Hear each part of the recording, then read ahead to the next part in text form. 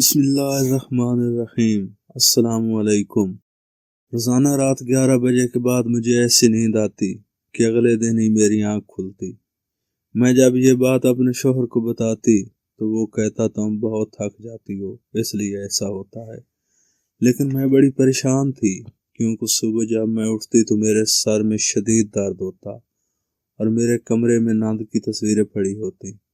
اب مجھے شک ہونے لگا تھا کیونکہ روز رات 10 بجے مجھے میری ناند چائے لا کر دیتی تھی۔ اگلے دن میں نے چائے چپکے سے پھینک دی اور سونے کا ناٹک کرنے لگی۔ میرے سوتے ہی کچھ دیر بعد میرا شوہر مجھے اٹھا کر باہر لے گیا اور پھر میرا نام کشمالہ ہے۔ میں ایک جاگیردار گھرانے سے تعلق رکھتی ہوں۔ میں اکلوتی ہونے کی وجہ سے سب کی لاڈلی اور انتہا کی ضدی بیٹی بھی ہوں۔ میں نے اپنے پاپا سے اپنی ہر ضد منوائی ہے، جو کہا ہے پورا کروا کر دم لیا ہے۔ میں نے کبھی اپنی بات رد ہوتے نہیں دیکھی۔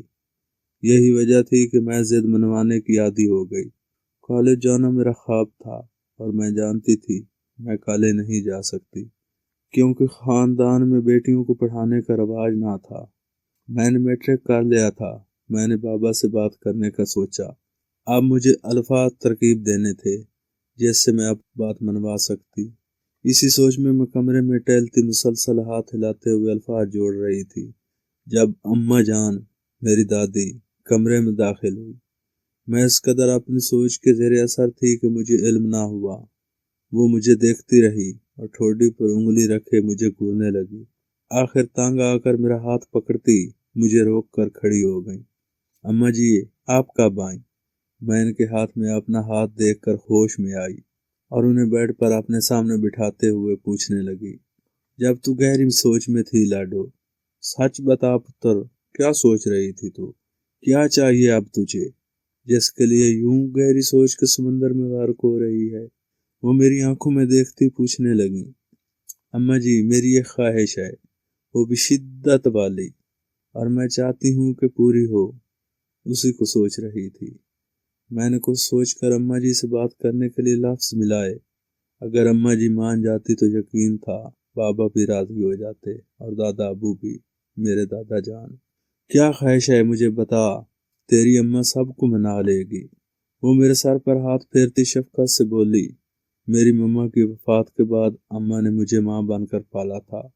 وہ میری خوشی کے لیے کسی بھی حد تک جا سکتی تھی، اس لیے میں نے ان کے سامنے بات رکھنے کا سوچا تھا۔ اماں، میں نے کالج جانا ہے، مجھے آگے پڑھنا ہے، بہت سارا، اور اچھی ڈاکٹر بننا ہے۔ اماں جی، آپ بابا اور دادا ابو کو راضی کریں نا، میں کچھ اور نہیں مانگوں گی۔ میں نے ہمیشہ کی طرح منت امیز لہجے میں کہا، چہرے پر مسکینیت طاری کیے، آنکھوں میں آنسو لیے، جس سے وہ ہمیشہ پگھل جاتی اور میری بات مان جاتی تھی۔ اور وہی ہوا۔ وہ میری آنکھوں میں نمی دیکھ کر پل میں تڑپ گئی۔ ارے میری بچی، تو رو کیوں رہی ہے؟ تیری اماں جی سب کو راضی کر لے گی، تو بس رو مت۔ تجھے نہیں پتا ہے تیرے آنسو میرے دل پر گرتے ہیں۔ وہ مجھے گلے لگا کر بولی، میرے آنسو صاف کیے اور چلی گئی۔ مجھے اب یقین تھا سب مان جائیں گے اور جو نہ مانا وہ مجھے رونے نہیں دے گا۔ میں سکون سے بیٹھ گئی۔ رات کے کھانے پر بابا نہیں تھے، باقی سب ہی خاموش تھے، جس کا مطلب تھا میری خواہش سب کے کانوں پر پڑ چکی ہے۔ میں نے بھی کچھ نہیں کہا۔ جب میں کھانا کھا کر اپنے کمرے میں واپس جانے لگی تو دادا ابو نے مجھے آواز دی۔ میں ایک دم ڈر سی گئی کہ کہیں وہ انکار ہی نہ کر دیں۔ میں نے دل میں اللہ کے نام کا ورد شروع کیا اور پلٹ کر ان کے سامنے کھڑی ہو گئی، نظر جھکائے۔ میرے کمرے میں آئیں، وہ مجھے حکم دیتے چلے گئے۔ میں نے ایک نظر اماں جی کو دیکھا، وہ مجھے نظروں ہی نظروں میں تسلی دے چکی تھی، جس پر کچھ پرسکون ہوتے دل کے ساتھ میں دادا ابو کے کمرے میں گئی۔ انہوں نے مجھے اپنے سامنے بیٹھنے کا کہا اور ان کا حکم پاتے ہی میں بیٹھ گئی۔ کالج کیوں جانا ہے؟ روبدار آواز میں پوچھا گیا۔ ان کے لہجے پر پہلی بار میرا گلا سوکھ گیا تھا۔ تھوک نکلتے میں نے گلا تر کیا اور الفاظ ملانے لگی، دادا ابو، مجھے کالج میں میڈیکل کی پڑھائی کرنے جانا ہے۔ میرا خواب ہے کہ میں ڈاکٹر بنوں۔ میں نے سوچا سمجھا پلان بتا دیا۔ ڈاکٹر کیوں بننا ہے؟ کیا ضرورت ہے تمہیں ڈاکٹر بننے کی؟ تم کروڑوں کی مالکہ ہو، تمہیں ڈاکٹر بن کر نوکری کی ضرورت نہیں۔ حتمی لہجے میں کہتے گویا وہ سب طے کر چکے تھے۔ میری آنکھیں لبالب پانی سے بھر گئیں۔ میں نے اپنے آنسو صاف کیے اور وہاں سے بھاگتی اپنے کمرے میں بند ہو گئی۔ اماں جی مجھے دیکھ چکی تھیں۔ وہ میرے پیچھے آئی اور دروازے پر دستک دیتی رہیں، مگر میں رونے میں اتنا کھو گئی کہ ان کی آوازیں نہ سن سکی۔ وہ واپس چلی گئی اور پھر سے دادا ابو سے بات کرنے لگی۔ پتہ نہیں انہوں نے دادا ابو کو کیا کہا کہ وہ راضی ہو گئے۔ ساری رات روتے گزری، نہ جانے کب آنکھ لگی اور جب کھلی تو دن کے 12 بج چکے تھے۔ میں نے اٹھ کر منہ ہاتھ دھویا اور نیچے چلی گئی۔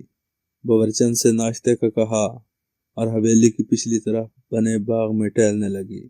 ملازمہ نے ناشتہ مجھے دے دیا۔ ٹیبل پر ناشتہ رکھے وہ میرے اگلے حکم کی منتظر تھی۔ میں نے اسے جانے کا کہا تو وہ چلی گئی۔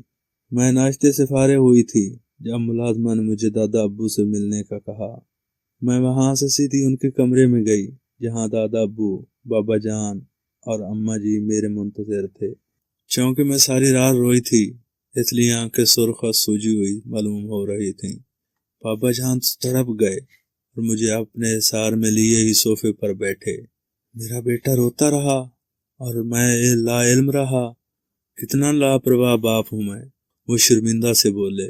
نہیں بابا جان، آپ بہت اچھے ہیں اور میں روئی نہیں ہوں، بس ایسے ہی الرجی ہو گئی ہے کسی چیز سے، شاید کوئی غلط کھا لیا یا ہوا کی گرد کا اثر ہو رہا ہے۔ آپ شرمندہ نہ ہوں، مجھے ان کا یوں شرمندگی دکھانا برا گزر رہا تھا، اس لیے جھوٹ بولنے لگی۔ میرے بیٹے کو ڈاکٹر بننا ہے، دادا ابو نے میرے سر پر ہاتھ پھیرتے ہوئے پوچھا۔ میں نے سر ہاں میں ہلایا تو وہ مسکرا دیے۔ ان کی مسکراہٹ کا مطلب سمجھنے کی کوشش میں نے ایک نظر اماں جی اور ایک نظر بابا جان کو دیکھا جو مجھے ہاں میں اشارہ دے گئے۔ خوشی سے ایک دم چہرہ جگمگایا اور میں خوشی سے دادا ابو کے گلے لگی، انہیں شکریہ بولا اور پھر بابا جان اور اماں جی کو پیار کیا۔ بابا جان مجھے لے کر شہر گئے، وہاں میرا داخلہ کروایا اور مجھے ضروریات کا سامان خرید کر دیا۔ میں مسکراتے مسکراتے حویلی پہنچی، سب کچھ تیار کر کے اگلے دن کالج گئی۔ مجھے وہاں پہنچ کر بھی انتہا کی خوشی ہوئی۔ کلاس شروع ہوئی، سب کچھ اچھا رہا اور یوں ہی دن گزرنے لگے۔ میں دل لگا کر پڑھ رہی تھی جس کی وجہ سے میرا رزلٹ بہت اچھا آیا، جس سے دادا ابو خوش ہو گئے۔ میرا رزلٹ ہر بار اچھا آتا۔ میں لاسٹ سیمسٹر میں تھی۔ اس سارے وقت میں مجھے لگتا کہ کوئی مجھ پر نظر رکھے ہوئے ہے۔ میں نے محسوس تو کافی کیا مگر کسی سے کچھ کہا نہیں، کیونکہ اگر حویلی میں کسی کو پتہ چل جاتا تو سب کچھ خراب ہو جاتا، جس کی وجہ سے میں نے نہ بتانے کا فیصلہ کر لیا۔ میں ایک دن کینٹین میں بیٹھی چائے پی رہی تھی جب ایک لڑکی میرے ساتھ بیٹھ گئی۔ میں نے نظر اٹھا کر اسے دیکھا، جینس شرٹ میں ملبوس تھی۔ ہائی میک اپ میں وہ مجھے کافی عجیب لگی۔ میں نے پھر سے اپنی توجہ چائے پر مرکوز کی اور خود کو مصروف ظاہر کیا۔ میرا نام طاہرہ ہے، وہ ہاتھ آگے کرتی بولی۔ میں کشمالہ، میں نے ہاتھ ملاتے کہا۔ آپ یہاں کافی عرصے سے ہیں، میں نے دیکھا تھا کئی دفعہ آپ کو یہاں، ویسے دیکھنے میں کافی امیر خاندان سے تعلق رکھنے والی لگتی ہیں۔ وہ مجھ سے باتیں کر رہی تھی، میں نے بھی ہاں نہ میں جواب دیا اور چھٹی پر گھر آ گئی۔ کچھ ہی دن گزرے تھے کہ میرا رشتہ لے کر وہ لڑکی گھر پہنچ گئی۔ میں حیران پریشان اسے دیکھتی رہی۔ گھر میں سب راضی تھے۔ میں نے اماں جی سے انکار کیا مگر وہ کہنے لگی لڑکا اچھا ہے وغیرہ وغیرہ کر کے اماں جی نے مجھے راضی کر لیا۔ سب کچھ طے ہو چکا تھا۔ شادی میری پڑھائی پوری کرنے کے بعد تھی۔ تحسین نے مجھے شادی کے بعد اسپتال جانے کی اجازت دی تھی۔ میں اسی میں خوش تھی، اس لیے اس کے بعد میں نے کچھ اور نہیں کہا۔ پڑھائی مکمل ہوتے ہی شادی کی تاریخ رکھ دی گئی۔ تحسین اور طاہرہ دونوں بھائی ہی تھے۔ والدین وفات پا چکے تھے، وہ لوگ دبئی سے پاکستان شفٹ ہوئے تھے۔ دادا ابو نے ساری تحقیق کر لی تھی جس پر میں مطمئن تھی۔ شادی کی تیاریاں زور و شور پر تھیں۔ سب کچھ تحسین اور میری پسند کا تھا۔ ان سب میں شادی کا دن بھی آ پہنچا۔ سب کچھ بہت اچھا ہوا تھا، ہر چیز امید سے بڑھ کر خوبصورت تھی۔ میں بہت خوش ہوئی کہ تحسین نے مجھے اپنا فرض نبھانے کی اجازت دی ہے۔ میں شادی کے 15 دن بعد اسپتال جانے لگی۔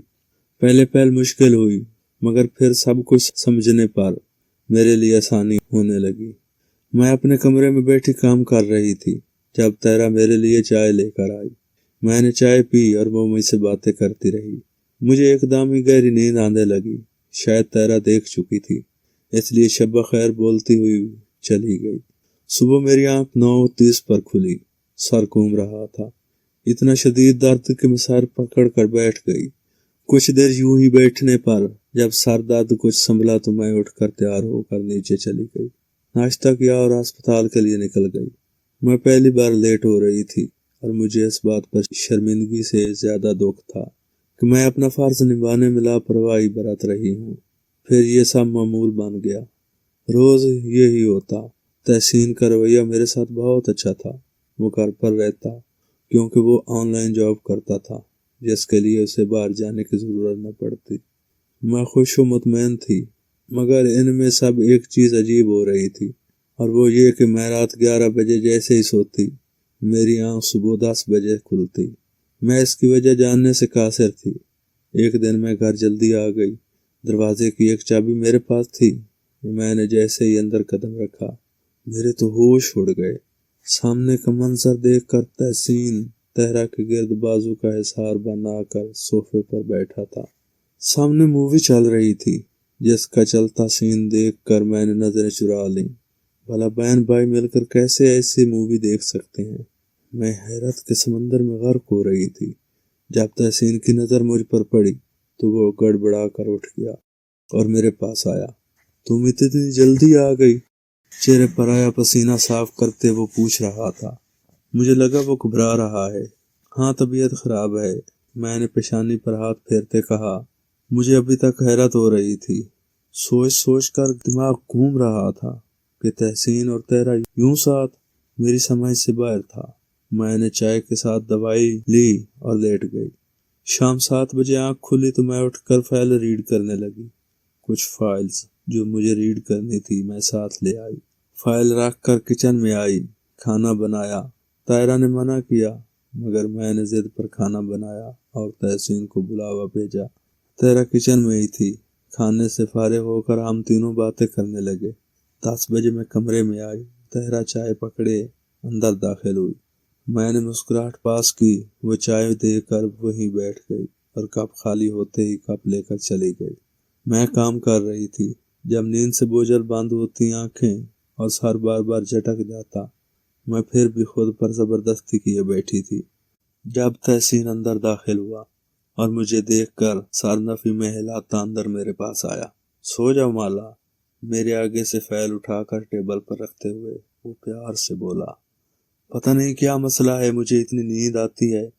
ابھی میں 3 گھنٹے شام کو سوئی تھی، پھر بھی اتنی نیند، مجھے تو حیرت ہو رہی ہے۔ اوپر سے 9-10 بجے سے پہلے آنکھ نہیں کھلتی۔ آنکھ صبح ہی کھلی، بیڈ پر میری ناند کی تصویریں پڑی تھیں۔ گھومتے سر کے ساتھ تصویریں اٹھائیں تو ہوش اڑ گئے۔ وہ سب کی سب تصویریں طاہرہ کی تھیں، جیسے وہ دلہن ہو، مگر ساتھ کھڑے وجود کی تصویر آدھی میٹی ہوئی تھی۔ اس کا چہرہ مٹا ہوا تھا۔ مجھے اب شک ہونے لگا تھا۔ روز طاہرہ مجھے چائے دینے آتی تھی جسے پی کر مجھے نیند آنے لگتی اور آنکھ صبح ہی کھلتی۔ میں اٹھ کر تیار ہوئی اور ہسپتال چلی گئی۔ وہاں بھی یہی سوچتی رہی۔ اماں جی نے مجھے کال کر کے حویلی ملنے کے لیے بلایا، مگر میں نے مصروفیت کا بہانہ کر کے ٹال دیا اور گھر پہنچی۔ گھر پہنچتے ہی کمرے میں چلی گئی۔ اب مجھے کسی طرح وہ چائے نہیں پینی تھی۔ طاہرہ تحسین کے ساتھ باہر گئی تھی۔ واپسی پر دونوں ہنستے ہوئے گھر میں داخل ہوئے۔ مجھے دیکھ کر دونوں خاموشی سے ایک دوسرے سے دور ہو گئے۔ طاہرہ مجھے وہ چیزیں دکھانے لگی جو میرے لیے لائی تھی۔ میں نے بے دلی سے سب دیکھا اور رات کا انتظار کرنے لگی۔ جیسے ہی طاہرہ مجھے چائے دینے آئی، میں نے پکڑ کر ٹیبل پر رکھ دی۔ اب وہ منتظر تھی کہ کب میں چائے پیوں۔ میں نے اسے چور نگاہوں سے دیکھا، وہ مجھے ہی دیکھ رہی تھی۔ طاہرہ پانی لا دو گی پلیز؟ میں نے اسے خود کو مسلسل دیکھتے پا کر کہا تو وہ چلی گئی۔ اس کے جاتے ہی میں نے چائے واشن بیس میں گرا دی اور کپ کو سائڈ ٹیبل پر رکھ دیا۔ جب وہ واپس آئی تو میں نے دکھانے کے لیے کپ منہ سے لگایا۔ اسے لگا میں چائے پی چکی ہوں۔ وہ خوشی خوشی وہاں سے چلی گئی۔ میں خوش ہو رہی تھی کہ چائے نہیں پی میں نے، مگر کچھ ہی دیر بعد مجھے پھر سے نیند آنے لگی۔ میں نے بہت کوشش کی آنکھیں کھلی رکھنے کی، مگر ناکام رہی اور بہت کوشش کے باوجود بھی سو گئی۔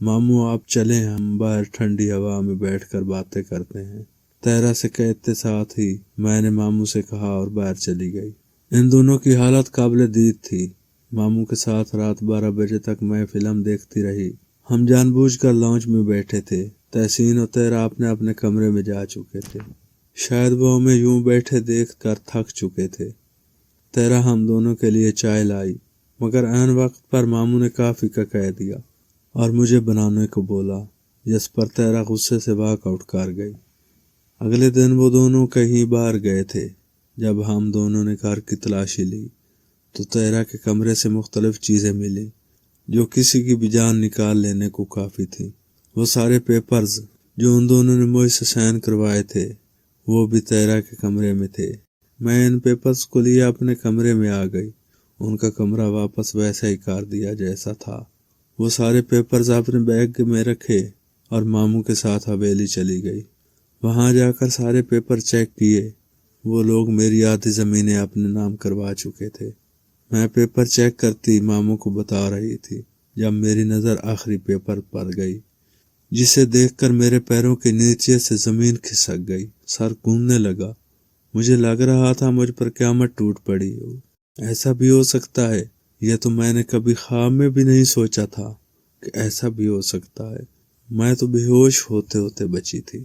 ماموں اور بابا مجھے سہارا دے کر بیڈ پر بٹھا چکے تھے۔ وہ مجھے سمجھا کر چلے گئے۔ میں نے خود کو سنبھالا اور وضو کر کے نماز پڑھنے لگے۔ جب ماموں واپس آئے تو انہوں نے بتایا کہ تحسین اور تہرا کو پولیس پکڑ چکی ہے۔ وہ دونوں میاں بیوی تھے اور یوں ہی ایک دوسرے سے رشتہ بدل کر اور جادو کر کے لوگوں کو لوٹتے تھے۔ وہ کئی اور فیملیز کے ساتھ یہ فراڈ کر چکے تھے اور کرتے اتنے صفائی سے تھے کہ کسی کو پتہ نہ چلتا۔